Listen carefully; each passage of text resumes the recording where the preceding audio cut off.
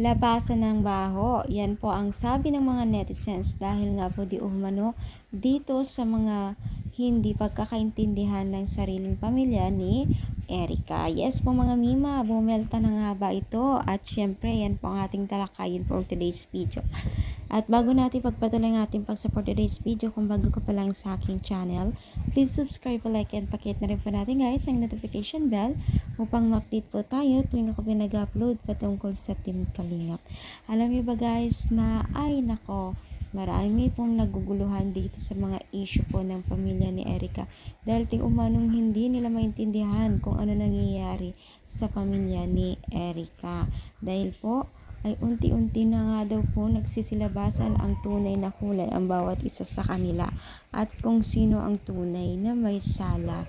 Yes mga mima, ito nga po ay trending po ang pag-video po ng kanyang tiyahin na kung saan po ay may mga pasampol na bulgar po ang kanyang sinabi dito tungkol sa dalawang magkapatid na si Erica at ang kanyang ate. So talagang maraming di makapaniwala sa kanilang nalaman, and syempre kasama tayo doon na tila animoy kasi pag tinitignan sila ay napaka-inosente sila nila, no?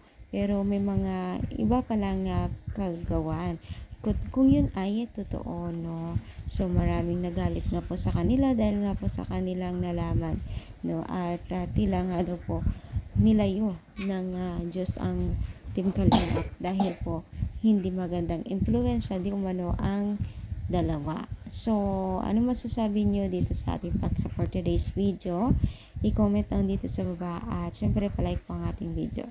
Sige, thank you so much, more power, and God bless po guys.